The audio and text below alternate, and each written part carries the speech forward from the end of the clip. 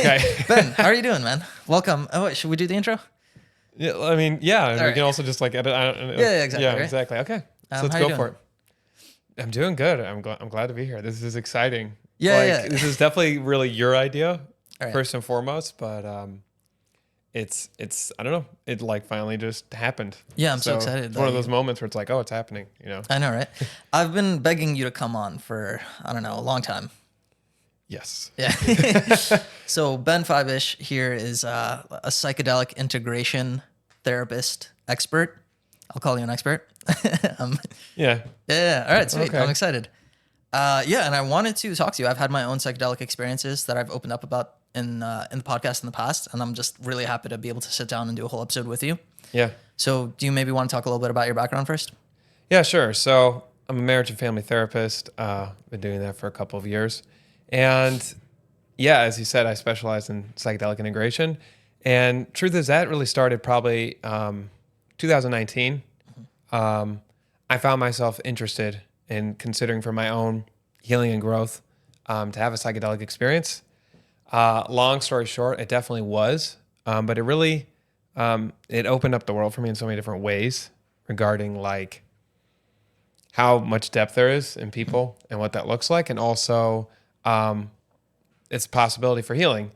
And definitely over the years in the culture, in I guess the subculture also in like the Jewish space and things like that, it's really, there's like a whole, they call it the psychedelic renaissance. But there's so much subtlety to it and like also like abuse or things like going over the top. And it's complicated because on the other end of it, you have really, really intense federal regulation. It's a Schedule 1, you know, in most places, most psychedelics are illegal, barring like basically ketamine and different states for maybe it's psilocybin and things like that. So it's just like an interesting, constantly evolving, really complicated, but a lot of potential space. Yeah. So I've just been glued. Okay, there's so many routes to go down here. And, first, I don't know, should we just get into a conspiracy theory or? Why not? Let's Let's how just else get do you into- start? Yeah. Yeah, right. Dude, it's bizarre to me how like opiates totally legal. Within a 10-year span of oxycodone coming into the market, like death rates of overdoses went from like 2,000 to 20,000 plus, like even more. I don't know what they are today, but I think even just like 5 years ago, and I might be getting the numbers wrong, something like 40,000 overdoses in a year, which is insane. And these substances are pretty easily available. Pretty serious, serious consequences for a lot of these substances. And yet psychedelics are something that, it's still being studied, and we'll talk about this in more detail. I think they need to be used safely, obviously, because they can be very dangerous. But like the healing benefit is totally indisputable. And yet they're like a Schedule 1 drug, and Yes. some of these other things literally do kill people. This cannot kill you, Yeah. could cause damage in other ways. So I don't know, man, what's behind Yeah. that? Is that like big pharma? I don't know. Yeah. Well, I mean, I guess just first of all, Yeah. some of them could kill you, but What could kill you? I mean, let's say like MDMA if you took too much, or if you take it on certain antidepressants. Right. That can be really dangerous, MAOIs and things like that.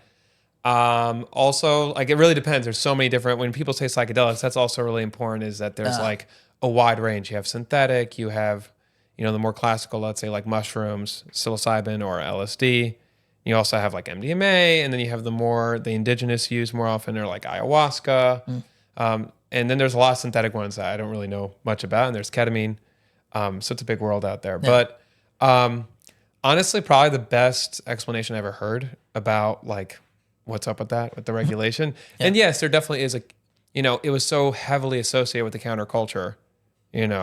Timothy Leary convincing tons and tons of college kids to drop out and, and drop in with this LSD. And that definitely scared the authority and like the way things run, but The powers that be. the powers that be. But simply put, to get FDA regulation for anything is a rigorous amount of tests, and tests cost money. So you need money to even make it happen. So who's putting that money out? If you're a pharmaceutical and you're trying to push out selling pills, so you are a big pharmaceutical company and you recognize that this pill has a lot of potential, so you can kind of put the money out in advance. and you try it out. It's like an investment, right? But who's getting money from people healing with psychedelics? I hear what you're saying. So it's not even, they don't even necessarily have to shut it down or be super against it, but to get the type of rigorous funding for the research and things like that is... Yeah. You are calming this conspiracy theory of mine. I'm just like, Big Pharma is trying to shut it down. But that's actually a much more reasonable explanation. It's like there's no incentive for them to fund the studies to see if it'll...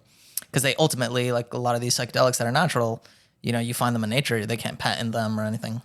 I mean, psilocybin mushrooms, people grow in shoe boxes. It's Dude, it's so crazy to me. Yeah, I was listening to How to Change Your Mind.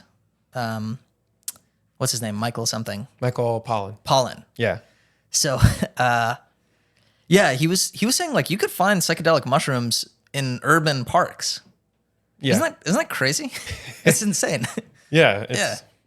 I have wondered, like, imagining like the first person to accidentally, they're just picking a mushroom from the forest, and then meanwhile. Yeah.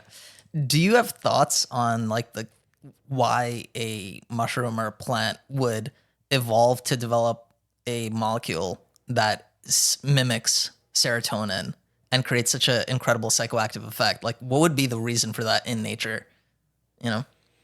I haven't put a lot of thought on it. I have heard theories. Some of them seem more far out there than other ones. It is interesting in the sense that, like, I don't just like, what the heck? No, it is. Yeah, it's a strange thing that they would, it would evolve to do that. It blows my mind. Yeah, can we get into some of your like experience using it for healing and maybe some of your own personal experiences with it, like whatever you want to get into? Yeah, I mean, I guess very loosely, like my initial intention with it and going into it was more like a nagging curiosity. There was a sense that it could be really useful for me. How did you get that sense, if you don't mind me asking? Honestly, a friend, you mentioned How to Change Your Mind. That was a book made, I think, much earlier, let's say like in 2016 or something like that. And, a friend mentioned it to me. I read the book, and it kind of was just bouncing around my head, the sense that like it would be very useful for me. And like, nothing, no red flags in my life, thank God. Nothing like really, really pressing or problematic per se. But just kind of like like a sense like this would be good for me, and probably like, just one of the hallmark signs that someone had a psychedelic trip is that it's, quote unquote, ineffable, which means it's hard to describe. So it's hard to describe. But, thinking about it, it's almost like those cheesy, medicine commercials where all of a sudden they take the medicine and then there's color. It's like a grayscale black and white picture, and also like, everything comes out. So it's kind of like that for me. And very simply put, my experience was with psilocybin mushrooms. And needless to say, first of all, it was right around the time when COVID started. So there's just a lot of stuff going on globally in my environment. And also, like, I just noticed that I had better habits afterwards. It wasn't even necessarily something that was a bigger thing I was focusing on or trying to work, but like one day I stopped driving so aggressively, which maybe at this point saved my life. I don't know, but it's a good thing in general. The way I view alcohol, like, took like a healthier stance. I'm just way more cognizant of it, way more conscious of it. So like things like that, like just good mindsets, like subtle shifts. You're talking about just after one experience? No. I mean, after one experience, I already had like subtle shifts right afterwards, but like, multiple experiences, I would say. Fascinating. During COVID, options were limited. Yeah. Wow. Okay, so this is kind of like blowing my mind. And it's not like it made you conscious of something that you then had to work on. It sounds like it was just more natural as you were going through this process. You became calmer, more conscious of alcohol use. Yeah, so that's a good question. I mean, there definitely were things, if I came in, which I want to make sure to talk about that at some point, like intention and having a why to it is like a really big deal, to making it as effective as possible and safe as possible. But there definitely were things that also afterwards I'd have to integrate and work on. But, you said it, I became more conscious of it. And like, there's something about just being mindful, even at the very least, let's say the way it worked was simply switching your vantage point. You're just able to see things temporarily more objectively or from a different angle at the very least. You see things, you also see things in your daily life or routine that don't seem like, why is that part of my routine? Why is that a good idea? Interesting. Yeah. So almost like a perspective that you weren't able to see before. Suddenly you're looking at your life through new eyes. Yeah, like a little bit of a reset. I've heard this language before. It's kind of like shaking the snow globe, So like things, it's entropic. It kind of creates a certain amount of internal chaos, which is part of why doing it in a balanced and safe way is so important. But in that chaos, when you kind of move things around, that's when you can see things that you don't usually see. That's when there's also something that was the wallpaper of your existence, something that you took for granted in your life that also is like, I don't need that, or I really need this in my life. Why is it not here? And then you have to follow up with that. You have to do real work in regular life to make that happen. Yeah. But yeah, so like, I guess probably the most subconscious just happened was the aggressive driving, and I was never like a crazy hothead, but like, I should probably do a few more shrimp strips. But at the same time, there was definitely like a certain urgency that was not necessary. Oh, there's a gap. Oh, I could, and then what? Like, but I didn't have that consciousness about it. Yeah. You know what you're reminding me of? Like, there's this idea, this epiphany I had like a couple weeks ago probably, where I was just like, I realized that most of my problems, and even, it's so funny, even now I'm having like a little bit of an issue and I'm realizing how much this could apply to helping that even now. It's just like, most of the things that I suffer from are things that like, I think I need to be somewhere else instead of right here, right now. You know what I mean? Like, I think like I'm playing with my daughter and I'm distracted. Like, oh shoot, I have to send an email to my client, Yeah. And it's like, I'm with my clients. I miss my daughter, she's at the babysitter now. It's like, dude, like everything is always like, I need to be somewhere else. But even I feel like, I need to be like, I wish I could just be rich and like, I wouldn't have to worry about any of these things. Like, cause whatever, with my business goals, I wish I was just farther along. I'm just like, dude, like this is probably, when I'm there, I'm probably going to look back at this and be like, oh, this was the grind. Yeah. Like, oh, good old days. Like, you have to be here and now and happy and like appreciating what you have. And something about what you were saying just reminds me of that. Yeah. I mean, this is a great chance, I guess, to make a plug for people call it different things, whether it's like mindfulness or meditation. But first of all, even outside of psychedelics, like what it does for people, I'm thinking from like regular therapist perspective with like clients, like when they're able to not be so reactive and sit with their emotions and actually notice them because they're able to be there long enough, or in relationships or interactions that they can be present. Yeah. But also, from what I understand, the people who have experience being mindful and grounded and being able to notice their breath, notice the sensations of their body and things like that, that's a massive resource if a trip becomes difficult for them.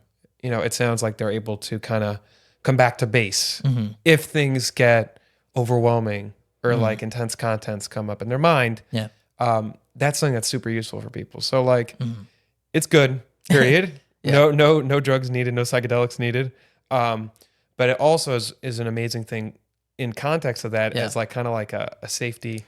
Coming back to a grounded point. So I love that. And it's amazing. I after I did my first ayahuasca trip, I was so grateful that I was meditating pretty regularly up until that point, because it just became so useful to me. And I think a lot of people say something like this about ayahuasca or any trip in general, is just like, oh, it's 2 years of therapy in one session, But I think honestly, you're not going to get that effect unless you've probably been in therapy for 2 years, and then finally you do that trip and it's like a catalyst. Because I feel like if you come into it unprepared, you could still get a lot of benefit from it, but it could also just, it'll be underutilized and, not exactly what it could have been, I think. So maybe, this is a good opportunity to talk about like, what are good things to do to prepare aside from meditation, coming into a trip, to set a good intention and to create a good setting, as they say, is very important.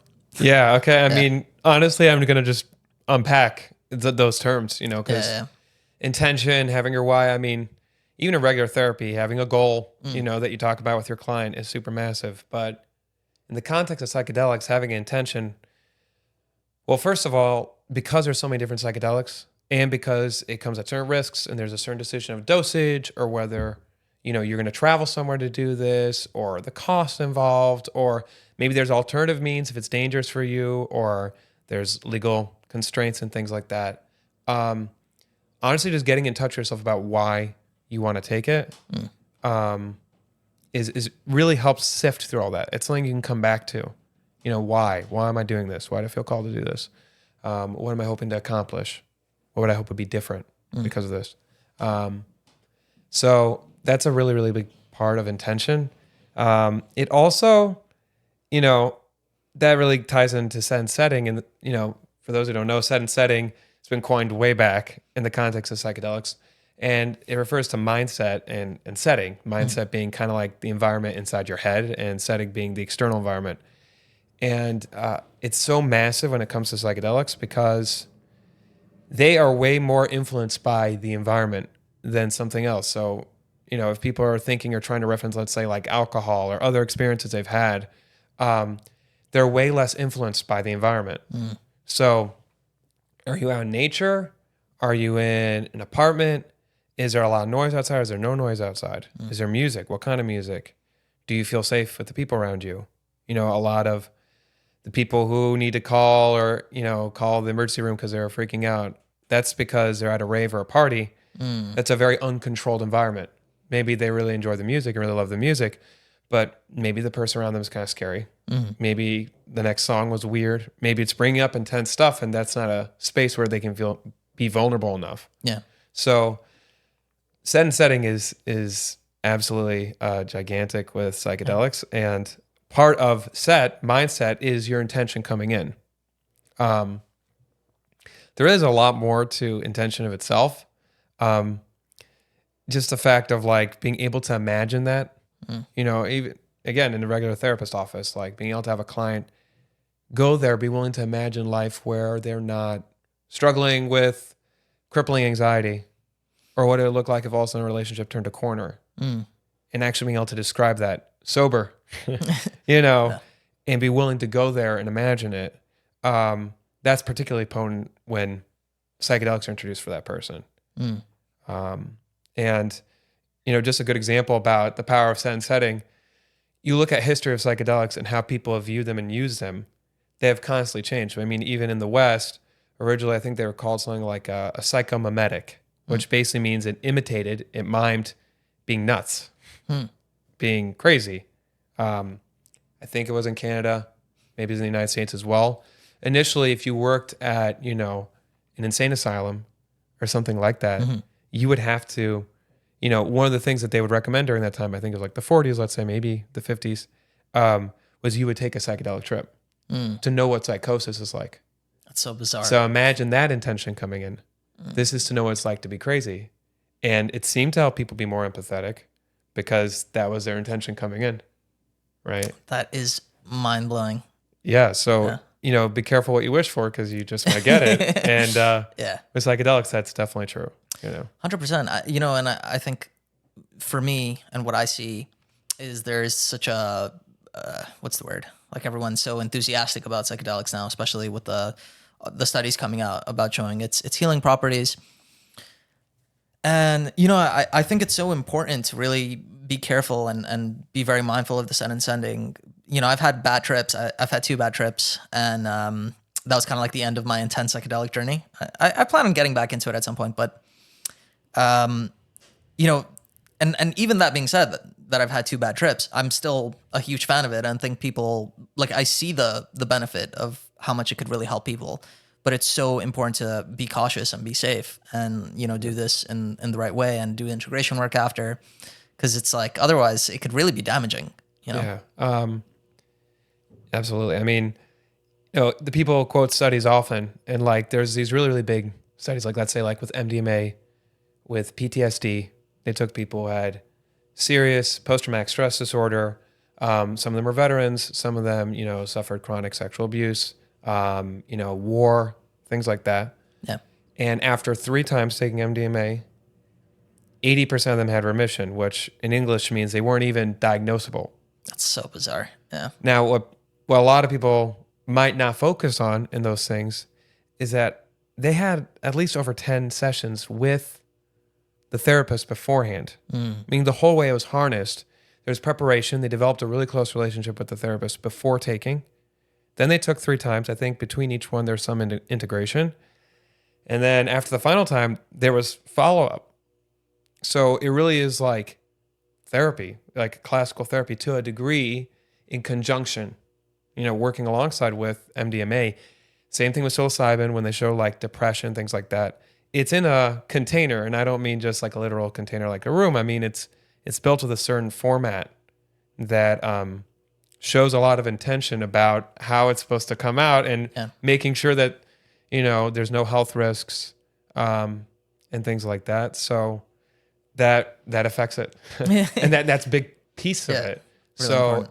Just taking it without that context can be bad. And I guess just to mention integration for a second, sometimes people, they have a good intention and it's a really meaningful intention. And, they're screened, they're checked, it makes sense. They're doing it with the right person, the right place, the right time, the right dosage. And they get the answer. They really get a lot of clarity about some significant shift maybe that they need to make in their lives.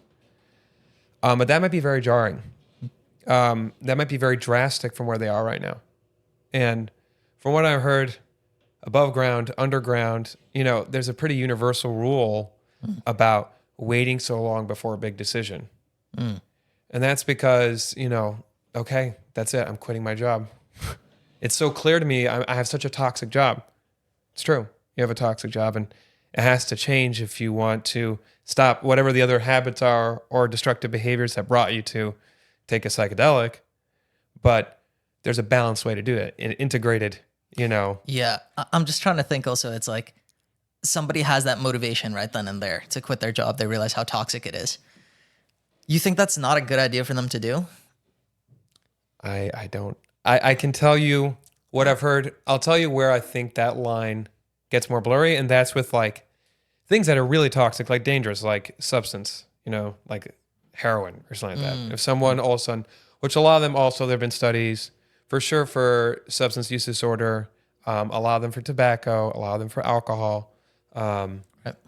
So that is definitely something that comes up for psychedelics, different types, is this idea of all of a sudden realizing like there could be different reasons why it helps, but just the idea in general that they're ready, they're open to actually quitting. So that type of commitment, I'm okay with. But Like they're ready to quit. if you're ready to quit heroin, I'm on board. But dude, what's the difference between that or like just a really toxic job that's like they require 60 plus hours a week and bad conditions and treat them horribly? Like that to me is like you're just doing it for the money, right? Like it's almost like I hear what you're saying, and honestly, to be fair, I mean that is exactly what's happening with people, right? They all of a sudden enter religious crisis. They all of a sudden realize that their spouse is abusive, and it's actually true. Maybe they're actually a narcissist, not just Instagram labeled narcissist, like actually a narcissist, and or they're in a toxic job and things like that. And there are a lot of good morning moments for people that are pretty powerful. But the reason why it's good to take that time is, first of all, the difference of whether it's 2 days or a week usually is not going to make a big difference in the long run. And often, yes, it's let's say it's just for the money, but let's say that person has a family they're taking care of, things like that. There are reasons which originally brought the person there to the toxic job, let's say. And maybe some of those reasons were unhealthy, or maybe they didn't recognize what they're stepping into. But there's a good chance whenever people make commitments like that, whether that's a relationship or, a cultural identity and things like that, that there is some benefit there somewhere in it. And a lot of integration is kind of sifting through where's the healthy and where's the not healthy. And I think sometimes the urgency that people get I need to end it right away is because they don't trust themselves when they come back. But if you're doing integration with someone, if you do certain things like you write this down in a journal, you talk about it with someone, you start implementing real things in that direction. Let's say, with this example of the toxic job, maybe that means going back to college. Maybe they have a dream job or a side hustle that they could step up and So maybe it's a matter of kind of allocating their time and getting a little more revenue that way so they can really cut that job free. So you find something concrete to honor it. You're taking it seriously, for sure within a month afterwards, something has changed to go in that direction. But you're not just severing yourself from something before you recognize what was good about it. Right. Meaning you might get a certain amount of clarity in the moment, and then, acting on it too fast might be a little rash. Yeah. So it's important to take time to really like sift through it and recognize like, hey, in a week from now, if it's still the right thing to do, you'll probably still do it. Right? Yeah. That makes a lot of sense. Where do you think is, I have so many questions, but I think like, Sure. where do you think is like a good place for people to start? And obviously we're not recommending anybody take any of these substances. We're just like, Yes. What are the different options? And I'll speak from my own experience. I'd never done weed even, and I was like 23, and I was taking piano lessons with my shaman in Bushwick, and he invited me to ayahuasca ceremony. So I was like, sure. Like I knew about it. I knew it was a very intense experience. Like I've heard things about it, but I didn't come in with any illusions. It would be like an easy experience. But I was in school at the time, doing my master's in marriage family therapy also. Yep. And I was reading studies about how psychedelics are very healing, and I was just like, what? I'm curious what this will teach me about my life. Because what happened is I came home.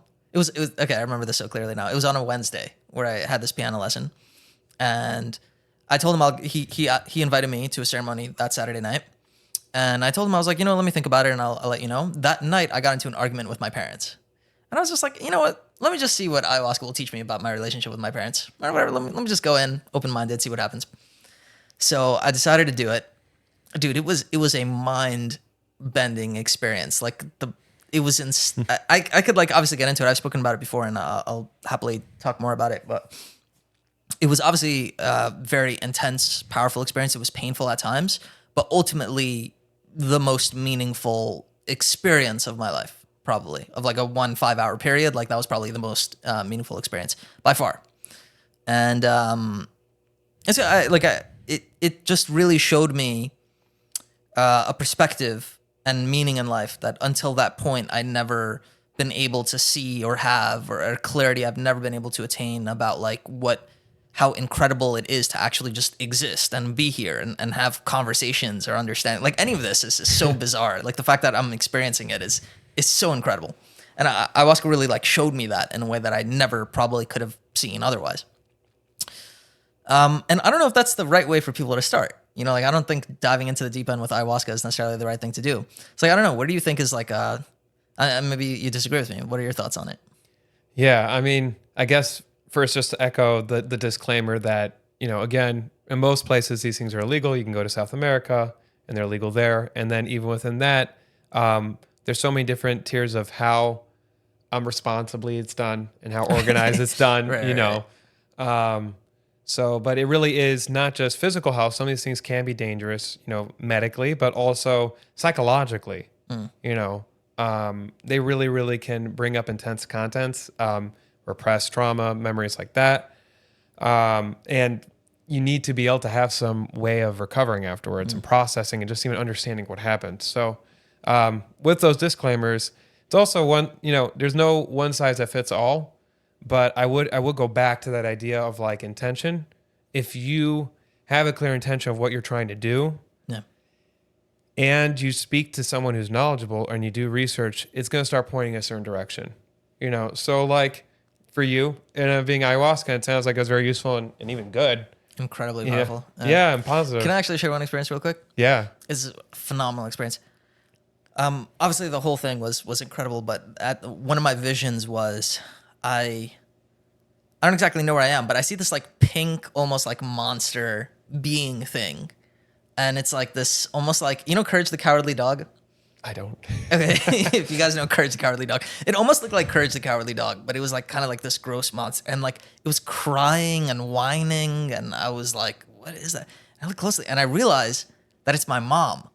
Whoa. And I'm like, whoa, what the heck? And I start crying, and I go over there and I tell her, I'm like, no, I love you. And I have to, with my own hands, turn her, like mold her back into like my mom's face. Wow. And like make her back into my mom.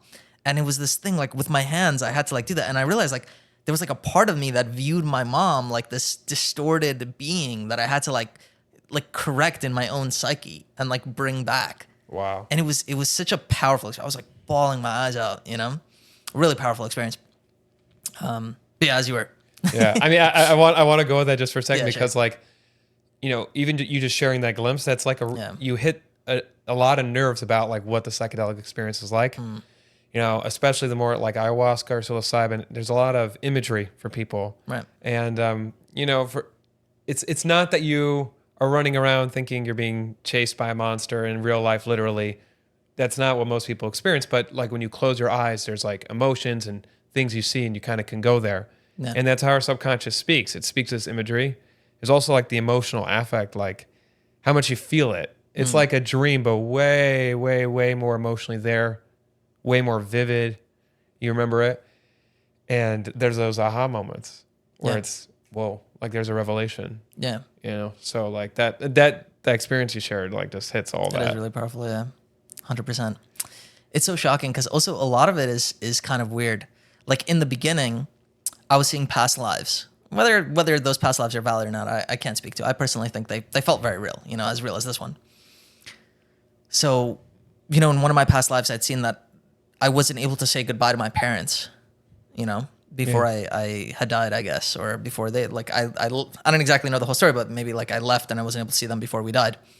And I was able to say goodbye to them in this experience. And it was also, the relief that, like how real that actually felt of finally being able to get closure to say goodbye to like family members that I wasn't able to say goodbye to in the past. It was like, that's also the funny thing. Like I can't speak to whether that was actually a true thing that had happened, that in a past life I wasn't able to say goodbye to my parents, but the feeling of relief that it gave me of how real it was that I was finally able to say goodbye to them. It was so moving, you know? Yeah. Yeah.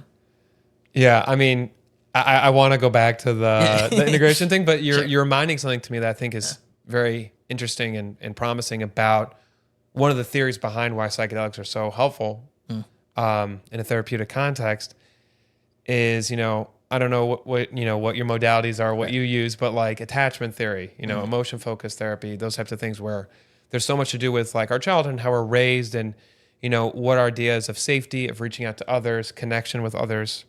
So at least for like MDMA. So MDMA, people go back to, you know, a very vulnerable state. People might even go back to like a child state temporarily. And there's a real vulnerability there, which is part of why it has to be done responsibly. That being said, if they're in a loving environment, in a safe environment, they can almost like reset their attachment style. You can connect to other people. You can see what it means to recognize your needs. You know, someone who struggles to ask for help might be in a situation where just getting up to use the bathroom could be complicated, disorienting. And that can become a symbol for them because they're in a very raw state of what it means to need others. To ask, like, what does it look like when there's attunement? They notice you and you're on the same page. And for people who didn't have that, that's, you know, that's transformative. So, I mean, I like attachment theory. I do view things from that lens a lot. So like, that definitely is one of the theories out there about, you know, the healing potential of psychedelics. And that also underscores the importance of the person sitting, guiding, watching you. That is this a person you can trust when you're really scared, you know, when things aren't going okay, because that's part of it. That's amazing. Wow. So I want to continue with like where are the best places to start and maybe like what different psychedelics are best for what type of thing. Like you mentioned, MDMA takes you to a very vulnerable place. Yeah. Probably could be better for like healing childhood wounds, let's say, or something. Yeah. So it's, anything I say is going to be a hot take because, you know, definitely people have their own individual experiences. So, you know, first there's getting in touch with your intention very, very clearly and doing research. You know, way beyond anything I'm going to say right now.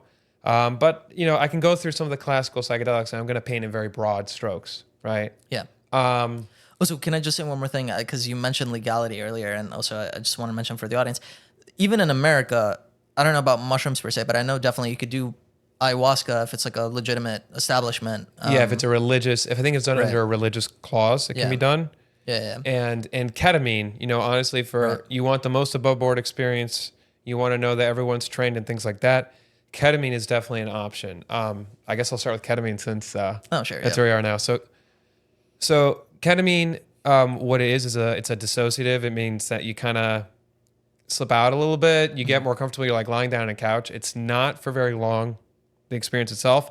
It does have the psychedelic experience of some kind of imagery and things like that, depending on how they're going to give you the dose, whether that's nasal, whether it's an injection, whether you're eating a tablet. All those things kind of change with it. But what it's really been known for, in psychiatric, it's been proven to be very effective in this, is treatment-resistant depression. And there's kind of different reasons why that might be true, but something that they say for a lot of psychedelics is the idea of like neuroplasticity. There's different neural pathways. You see things differently. That came up earlier. And that also for many people, it's not just one dose. Let's say a lot of clinics will have like a regimen of, let's say, like 6 times over the course of 2 weeks or something similar to that. But each time it's just a couple of hours. If it's done really above board and respectfully, then someone's there and with you, and they're either your therapist or they've had conversations with you beforehand. And, compared to some of the other psychedelics, it's more of a mild trip, which is good. It's a little bit less intense. It's less hours, et cetera, but you're also not necessarily going to go as deep. The way I've heard it described before, let's say in contrast to the next one I'll go to, which is mushroom psilocybin, is that, even just beyond the fact that ketamine is legal in a lot of places, definitely New York, New Jersey, another advantage of it is that it's for really when people are really, really stuck and they just need some movement to really, really in a difficult place, maybe even like suicidal ideation, things like that. This just gives like a little breath of air. It gives some oxygen, and a little bit of space, when I was working with my clients with ketamine, when it's working for them, there's just a little bit of room, they feel like, okay, like they have the same stuff they're dealing with, but the way they're encountering it, they can breathe better, literally and figuratively about it. So that's very useful. Mushrooms last longer, depending on the dosage, go way deeper. There's association with it of kind of like loosening of the ego. That's how people say it. The way you reference things, there's a part of the brain that's like called the default mode network.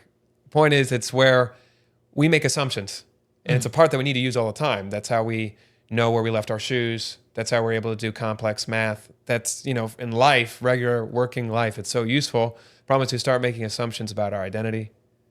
I'm an addict. This is what, this is the only way I feel alive. This is the only way I feel good. This is the only way I feel free. Or listen, this is just what I am. I'm just so needy and I chase people away from me.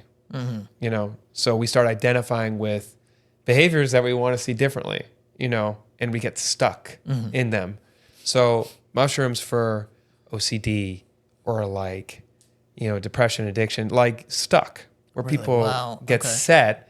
It runs pretty deep. It temporarily kind of shuts off the default mode network.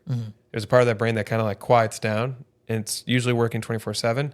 And then literally there's new neural pathways. There's new thought processes, they're not a highway. They're not a thought that you have all the time. It's not a habit yet. And that's where integration and follow up and what does that even mean?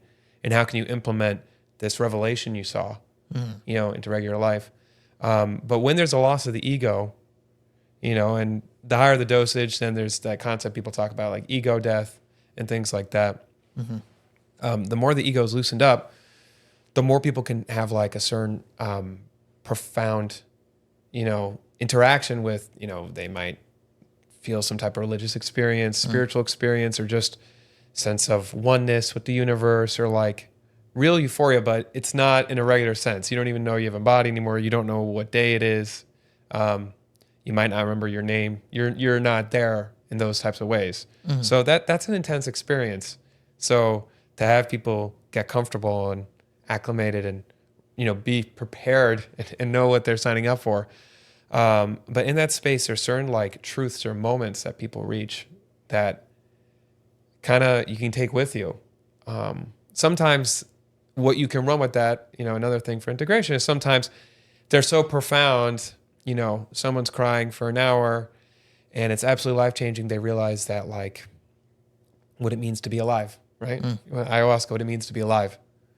So if you just 6 months later try to be like what it's like to be alive, but there's no way to try to access that through non-psychedelics or like things like meditation or music or exercise, whatever it is for a person,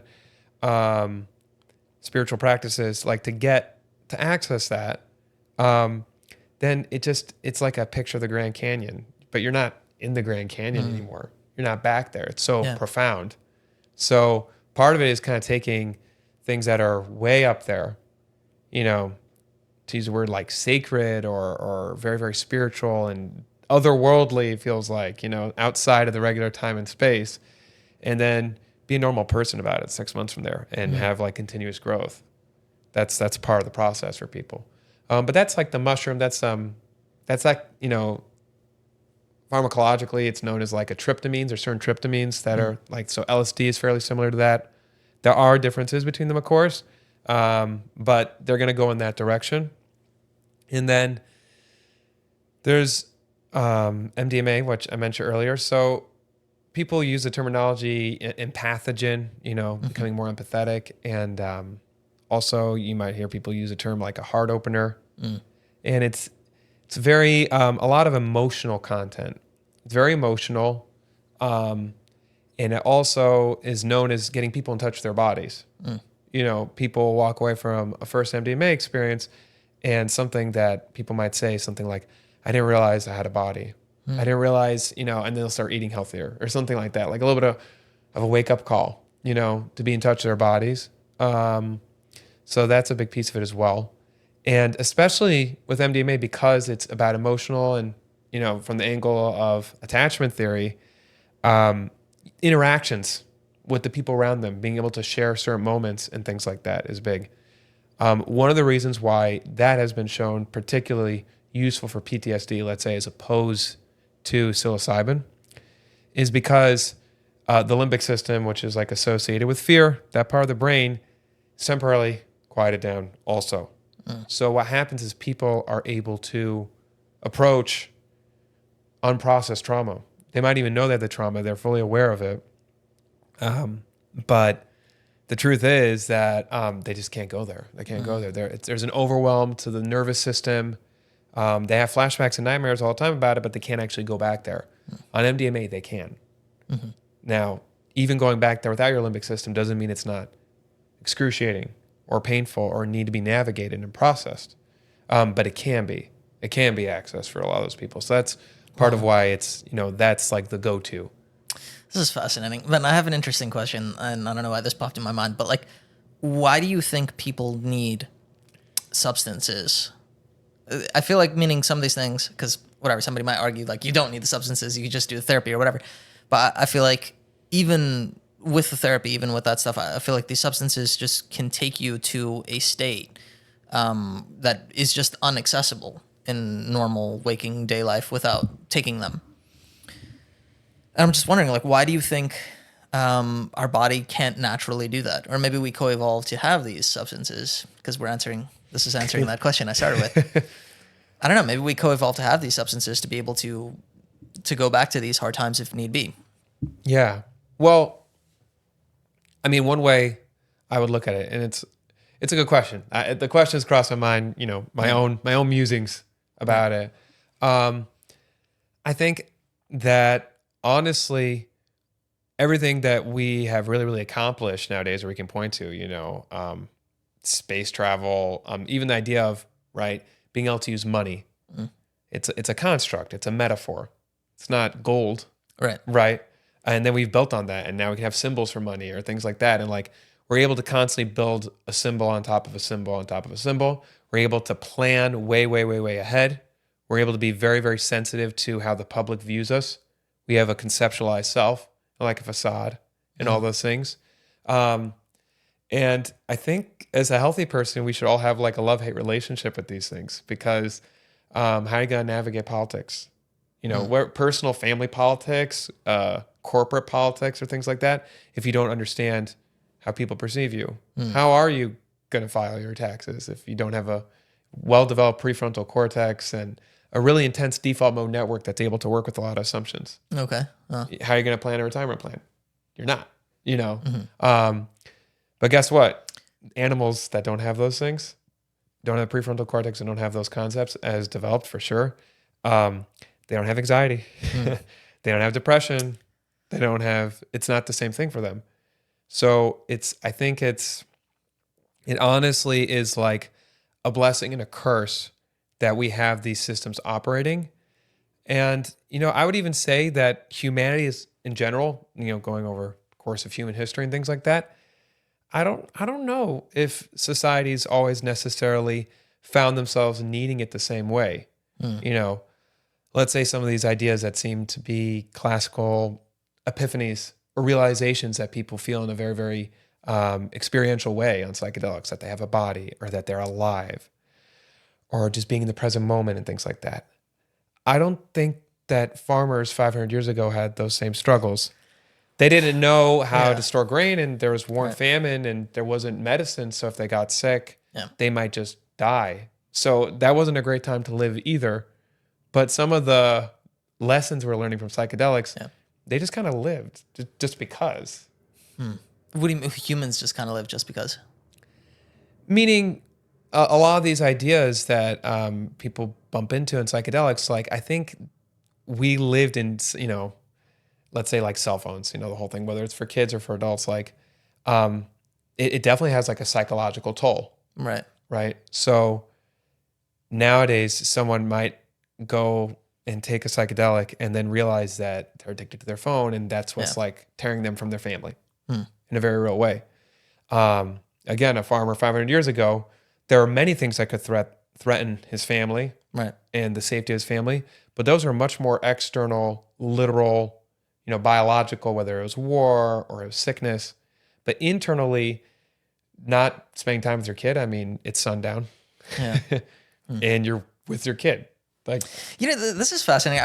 I'm curious to like discuss this either with like a historian, like ancient historian, and you know, maybe like a biologist or something, because I feel like Michael Pollan brings it up in his book a little bit about how it's possible for a plant to have developed or fungi to have developed a molecule that's so similar to serotonin in the mammalian brain that it would cause such an incredible effect on consciousness.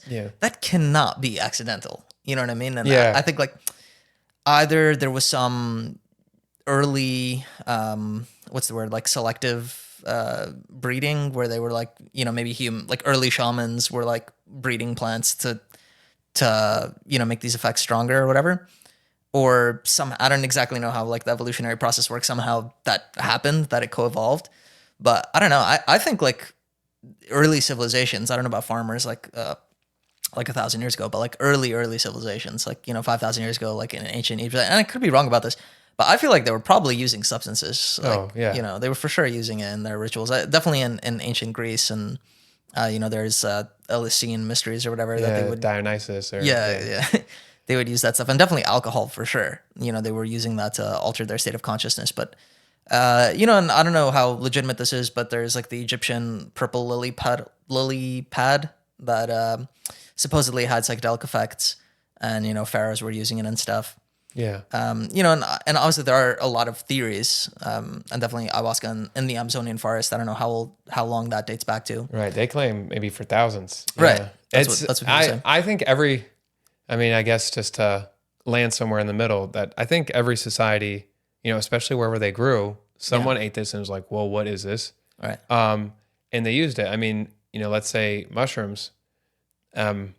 The whole way it got discovered by the West, I think it was in the early 1950s, was that there was someone who's offered, like some writer, I think is like for Life magazine or something like that, got offered to sit in with like a mushroom ceremony in Mexico, run by a woman, Maria Sabina or something like that. And she, it was done as like a religious rite. That was like a tradition that they had before the conquistadors came, and they tried to stamp it out and get rid of it.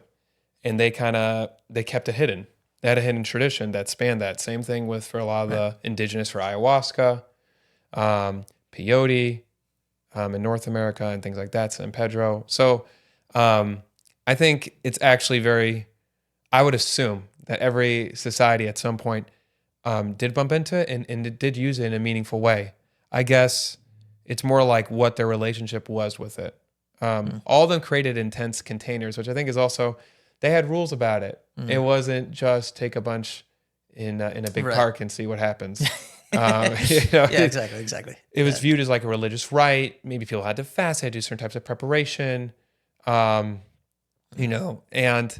so I think it was like very, very religious. And they also viewed it as like, it probably did do some emotional and psychological healing. Let's say like studies for ayahuasca.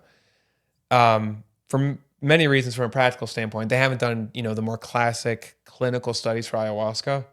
You're not gonna do a double-blind study. And it's hard logistically. Anything they've seen with ayahuasca, what they do is they just keep in touch and interview people who are part of these different traditions, like Santo Daime, and places like that, where ayahuasca is a religious sacrament. Fascinating. Yeah, so there's these different traditions, and they basically just follow these people over a period of time and do questionnaires and notice how they're doing like psychologically and emotionally. And it seems to show, for example, that it helps with depression and things like that. But the way these people are using it, this is where the lines start getting blurry. They're definitely not using it in a clinical, in a cold therapist office with a couch. Like they're doing it very, very ceremonially with traditions that have been passed down for a long period of time. And it seems to do good things for them psychologically. Right. So I think the earlier generations, when they had it, like I think the usage was just like, it wasn't necessarily to realize they have a body or be with that, but like maybe they had their own reasons why they were struggling with depression or trauma for sure. As a human ever, but especially back then. And they process it in their own type of way. Right. Yeah. That's so brilliant. Yeah. And I mean, it's like, what's also so crazy is like, what is it that we don't know about the capabilities of consciousness that like, I think about this sometimes and I don't know if there's any way to even know, but like, it blows my mind. Just like, how the heck are we here? Can I give you an interesting, something interesting I learned recently? Yeah.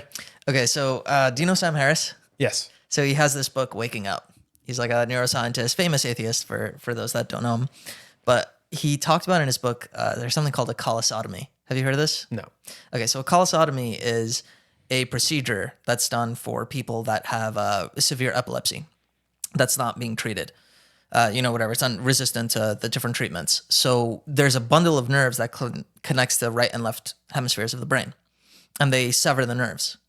And that helps with the epilepsy, But it basically severs the connection between the right and left part of the brain, right? And like each eye is connected to one side of the brain, and I forget which one's which. I'm probably gonna butcher it, but like the right side of your brain is really responsible for spoken language and logic and mathematics, spatial reasoning, all those more like logical skills, I guess you could say. And the other half of the brain is responsible for like creativity and music and poetry, let's say, and written language, actually. So one side is spoken language, the other side is written language. What they do is they'll cover one eye, they'll say like, oh, what do you want to be when you grow up? And the person who's had the colostomy procedure done, they might say, I want to become a doctor or whatever, right?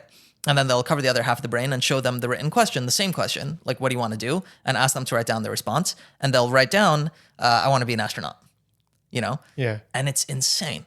Two totally different conscious processes going on in one body. Yeah.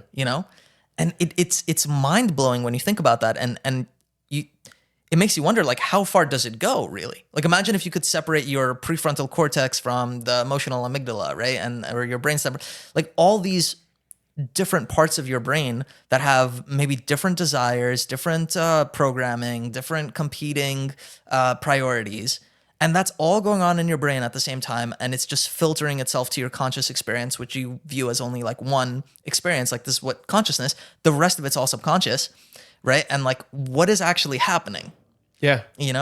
Yeah. So I love that you said that. And honestly, this is something you probably should read because this is where you're at right now. Sure. And he ties in a lot. I think his name is Ian McGilchrist. Ian McGilchrist, interesting. And he has this famous book, The Master and His Emissary. And basically, it's all built on the premise of exactly that study you're talking about, where he starts to look at the world and how, society is kind of based on this idea of we have one brain, but really there's like two brains. And the way he puts it, I don't remember which side is which, but the way he puts it is that we have the more instinctual, intuitive, felt, emotional, probably the abstract creative side. And then we have the more mathematical, rational program side. And the way he says is that basically all animals have the more intuitive, instinctual side. We have this, more functional, thought out side.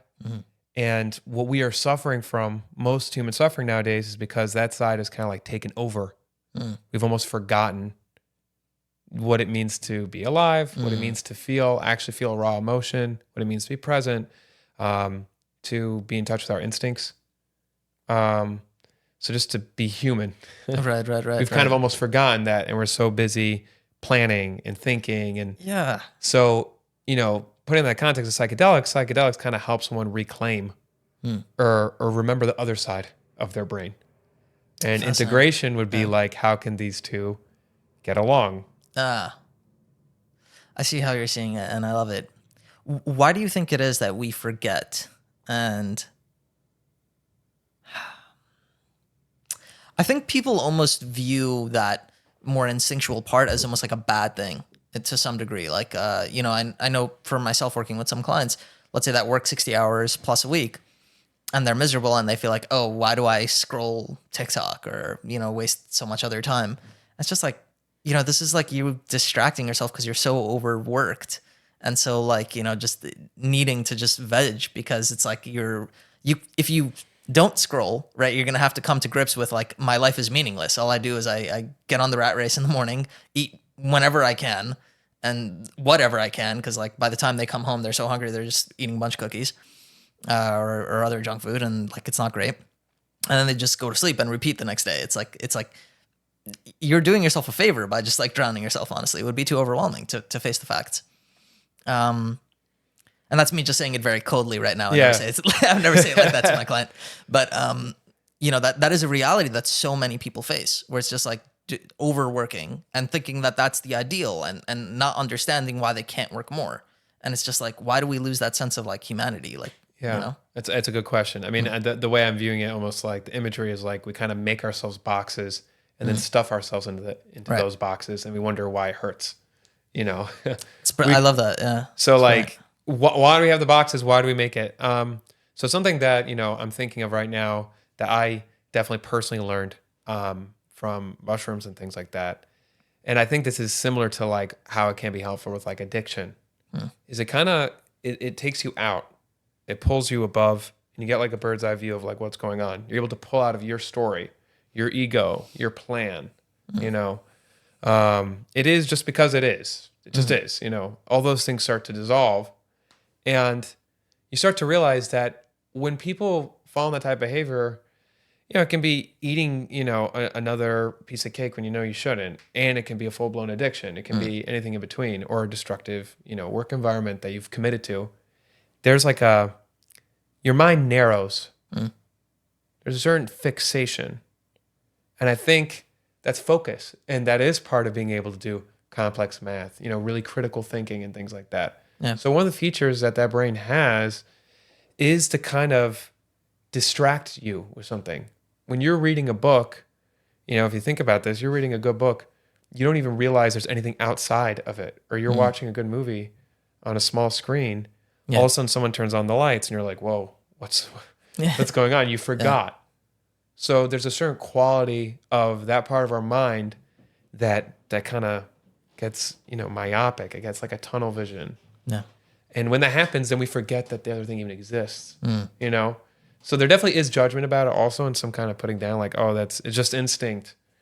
Or that's not going to make you money. And it might not, right? It does have its shortcomings. It's not going to help in certain ways. So I think it's also a fact that when we are really, really in a very westernized, very, very rational, constantly calculating and thinking and planning and strategizing world, what it does is it has that effect where everything gets narrowed to the point where it's like, is there something outside of here? You forget. Oh, right. Like my life is not about this, assignment that has to get done, or my life is not about this decision, but it just felt that way for 2 hours, right? And we have to wake up, So there's this like feeling over and over again of drowning or falling lost in something and then coming back. So I think that's a big part of it. That's so bizarre. That's brilliant, Ben. Yeah. And I'm loving that so much. I'm going to pose this question to you. How the hell are we here? What is this? What's going on? You've done a lot of psychedelics. I'm assuming what your question is also, I would say is like almost, I think they call it like I don't remember what they call the question, but it's the idea of like consciousness itself, meaning that you're not just a camera. Right. Like the fact, like we could potentially say for certain animals and things like that it's almost like a machine that's running that happens to see things and walk, but everything's just like pre-programmed. But there is very much a sense. I really don't see animals that way, but let's continue. Right. I'm not saying that, and they necessarily are that way, but like it could be. We could look at an animal and be like, oh, that's what's going on for them. I don't think so either, for what it's worth. But for all of a sudden, when it comes, and even with other people, I don't actually technically know your experience. Yeah, I don't. Yeah. But for some reason, for myself, there's very much a sense of like, no, I exist. Right. I'm here. Yeah. And what is that feeling? Where does it come from? Why do we have that feeling? So I'm assuming that's what you're kind of... That is what I mean, yeah. And then it's also just like, how is that sense of experience and life trapped in this? Well, not trapped, but seemingly like we seem to like go to sleep and then wake up and it's the same, right? Like we're living a life. It's like we don't like go to sleep and then wake up tomorrow as like a lion, or then go to sleep and wake up tomorrow as like who knows what's possible in the universe, Right. Like, I don't know. But meaning there's like this existence of life where like this consciousness thing that we know is real is almost like trapped in this like meat suit of like this evolved monkey that probably came out of the ocean at one point, hundreds of millions, maybe billions of years. I don't know exactly the timeline, but like might have been a fish at one point in evolution that has somehow evolved into this like human, according to science. And like, yet here we are and experiencing such a depth of emotions, and we could get so absorbed in those emotions, even like a heartbreak, for example, where we're just like, oh, everything could go to hell, because like that like little experience of your life just takes such precedence that like everything else just becomes like null, right? Yeah. And then yet you could also experience like just the beauty of like solving a math problem and that being like, wow, clarity, right? And like, what the hell even is math? Like all that stuff, music and food, you know what I'm saying? So something I don't claim to have the answer. I'm sorry, but something that I feel like why this question is so appropriate and fits so nicely with talking about psychedelics is because they have this concept like languages. Supposedly, once someone knows 2 languages and they know how to speak them well, learning another language, another perspective, it starts getting easier because there's some part of your brain that recognizes, oh, maybe the adjective goes over here, maybe this is what plural versus singular looks like. You start to see a pattern somehow, and you can kind of like learn something new.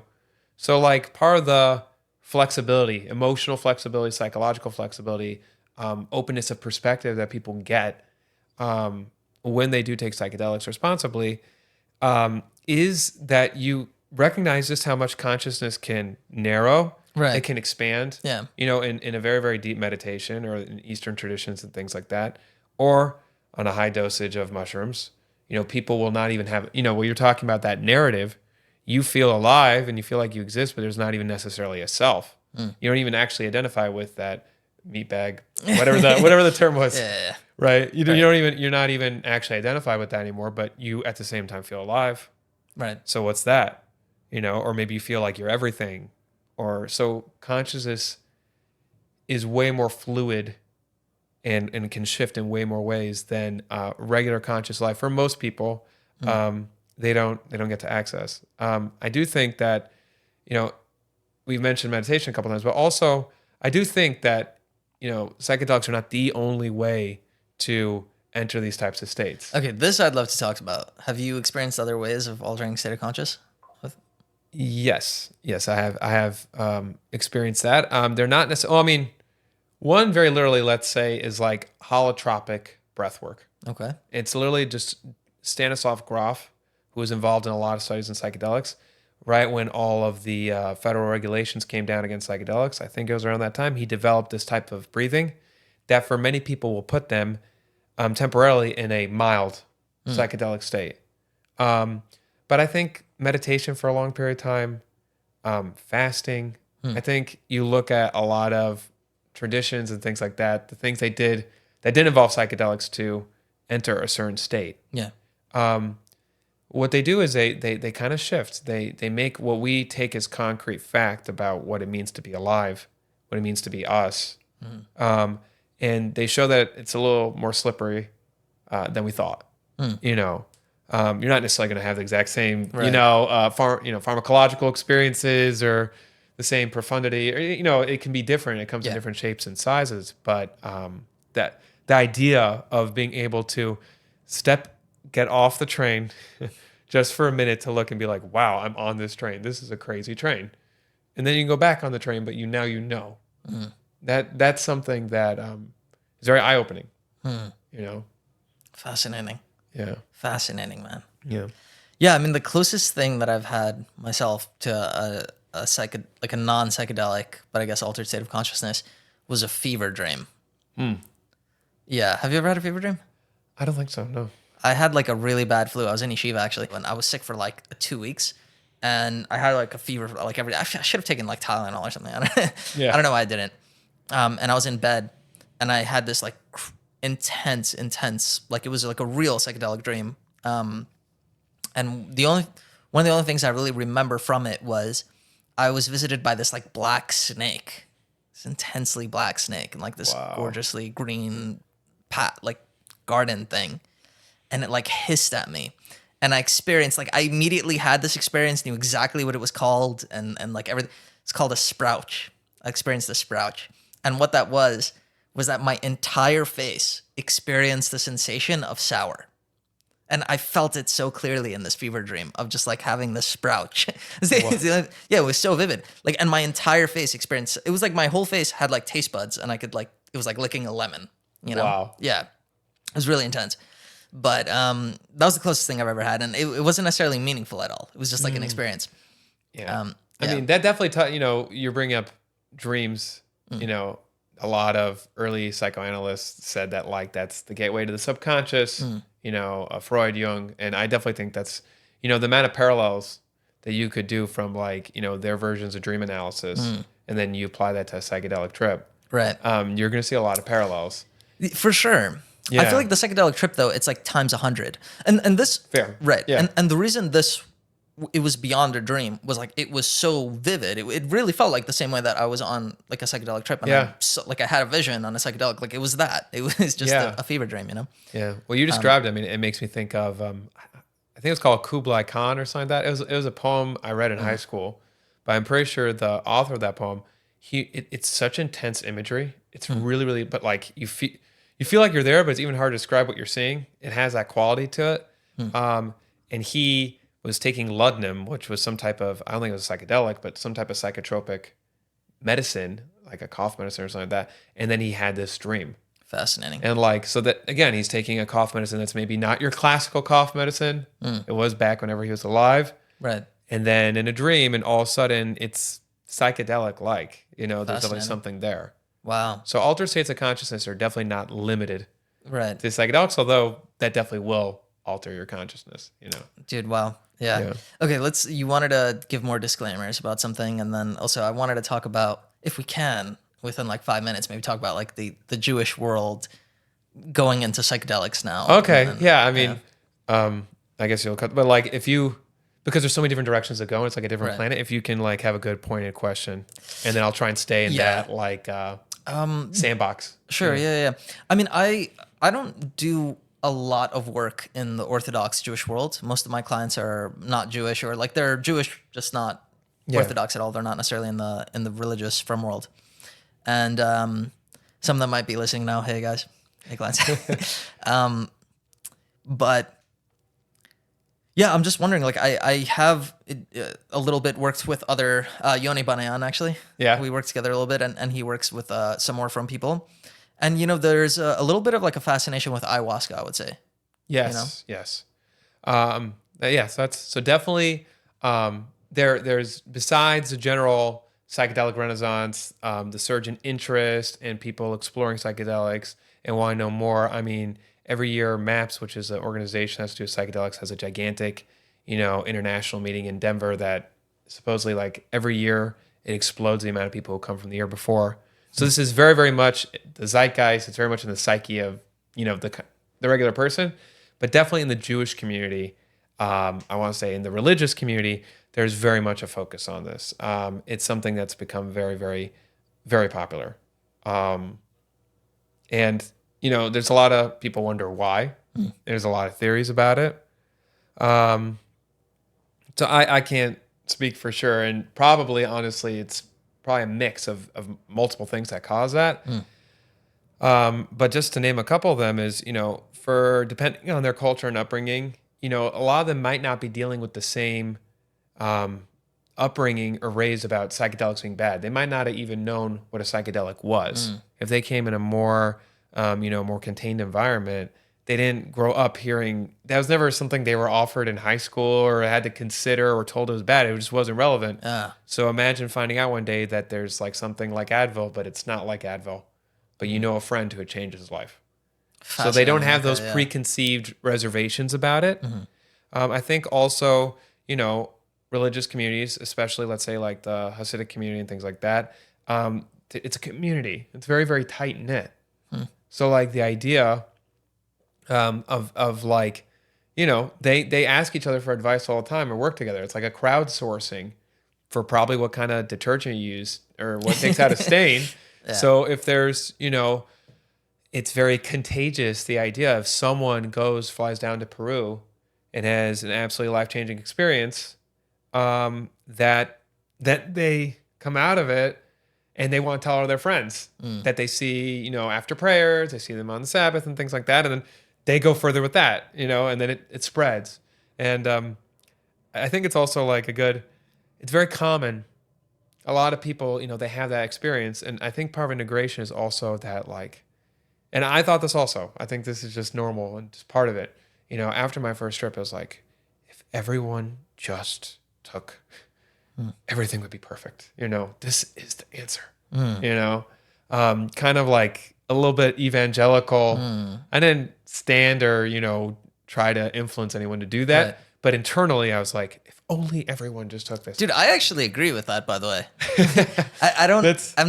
I think it needs to be done responsibly and at the right place and time. But I think everyone, maybe not literally everyone, but like most people should have a psychedelic experience. Yeah. I have a feeling we probably would land closer than it sounds. Right. And my guess is it would end up being somewhere in the middle for both of us. But I know. I definitely think clearly I think it's something that is very beneficial for people. But sometimes there's like a certain fervor or intensity about it being like a magic bullet or that you have to, this is something that I've heard of happening in the Jewish community where people will take literally just because their friends took. It's like the same thing as like, oh, you got to go to this new pizza place. They have amazing pizza. That's not a good idea. That's a great way to make it, to really end up confused or overwhelmed and things like that. So there's like a tightrope walk with like cultural acceptance and excitement for it, which who controls a culture? The people do. It's not there's no person behind the curtains controlling these things. But there definitely has been, from my take on it, in certain parts of the Jewish community, a little too much enthusiasm, a little too little guidelines, and a sense of respect for what's happening to you and respect for the substance and doing your due diligence. And, just to be fair, at the same time, there are other, parts of the Orthodox Jewish community that'd be like, well, what's a psychedelic? They don't even know. They haven't heard of it. So it's not something that's every single person has heard of it. Yeah. But it is the type of thing you might go into a shul on Shabbos. And I've had this experience where you just hear during Kiddush, you hear the word ayahuasca. It's a Kiddush conversation. It's people just talking, So you have that at the same time. It's fascinating. It's a fascinating, I wouldn't have called it, but it's happening, you know. I have to ask you also, what did you have fear or like confusion yourself being in a yeshiva world? You were studying to be right in the Orthodox world. Did you have any type of like hesitation or like confusion yourself about, these substances and the, in the very religious world that you were in? Like, how are you navigating that for yourself? Yeah, so that's definitely a good question. And it definitely has been an evolving process, but like, yeah, I mean, I think honestly, the biggest confusion looking back was just the fact that I didn't have a template. I didn't have a context. I didn't have a tradition or a protocol or just a way to understand it. Believe it or not, just taking, in 2019, which is not that long ago in the big, span of things, there's so much less knowledge about it. I just didn't have like people to talk to. Like, it seemed like, a lot of the people associated with this were people I didn't have access to. I didn't know. And I kind of was like on my own. So I didn't have my own integration in the sense of like, integration's not, I guess this is a good thing to share, on the context of integration, is that integration is not just a person making sense of the new information they have, left brain, right brain, and making it fit with their regular life. It also is integrating into their family, their community, because both ways.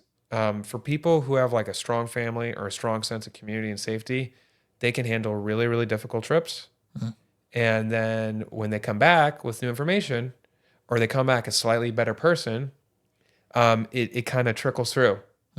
Now the family just doesn't speak as negatively anymore because dad is just different, Yeah. And it starts to shift the community itself. And then also, unfortunately, vice versa. People come from broken homes, broken families, a really, really destructive community and things like that. Or it's just a community where they don't belong, they don't feel understood and things like that. Then you have the other way where, the people that can kind of hold them and make sense of what happened to them on an intense trip aren't really there the same way. So there's like kind of a sense of loneliness and you have to process more on your own. And then also they might push back against it. If you come with a healthy message, well, maybe they're not ready for that. Maybe your society doesn't want to be healthy. Maybe your family kind of likes this dysfunction a little bit too much to let you change that way. Fascinating. So that's a big, from like a family the community therapist and surroundings perspective. Make a big wow. Yeah. That's really powerful. Do you have any experience with like family psychedelic trips? Like I'm curious about that. That sounds interesting. So the one thing I've heard of anecdotally that they claim, and this, I think it actually was done before it became illegal, is, I don't know if that's true. Okay. You'll edit if it's not true. Sure. Is MDMA for couples. I've heard of this. I think they have places to do it now even. Yeah, MDMA for couples, because what happens is, again, so the fear is kind of tamped down a little bit, and there's a certain vulnerability going on. You're potentially resetting attachment styles and all those types of things. And what it does is it creates an environment where each person is more in touch with their own emotions. They can actually describe what's going on for them instead of like, I don't know, I don't want to talk about it, or why do you always do this? Instead of like the negative routes, they actually are with themselves enough to be like, oh my gosh, you remind me so much of this person in my life. And whenever that happens, I feel worthless. So I try to just work instead. And they're able to just kind of see that laid out.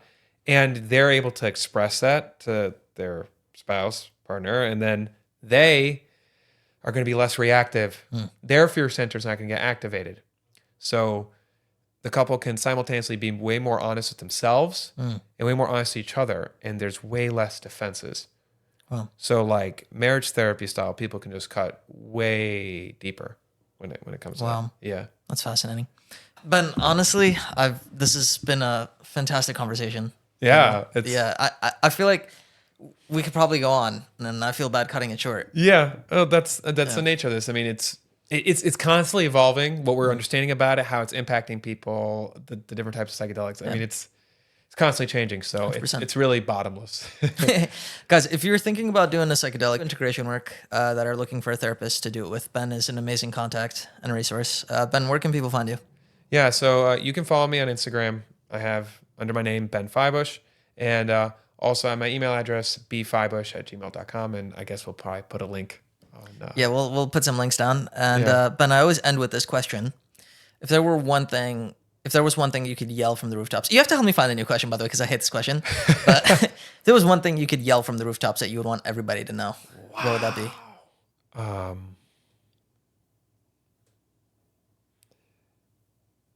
Probably. I mean, okay, this is what came up. So this is probably you're okay. Oh, wow. Probably you're okay. I think so. That just gave me chills. Yeah. Yeah. You're okay. I love that. Wow. Why did that come up? I mean, I think, I mean, we're talking about psychedelics and things like that right now. And like, I think a big, people can come in with a whole intensity of like, I'm messed up. I don't know what's wrong with me. Yes. Especially if there's shame and guilt. Let's say it's like an addiction and things like that. Self-destructive behaviors and like the arc that you hear from people who do the work and they spend time and they do integration, all those types of things is they end up kind of walking away saying, oh, like it all made sense. Like really, if I'm actually patient with myself enough and I give myself the space and look carefully enough, like I really, everything I did is like, it's okay. Like I'm okay. Like it wasn't okay. Sometimes you make mistakes, but like it made sense. I'm not broken.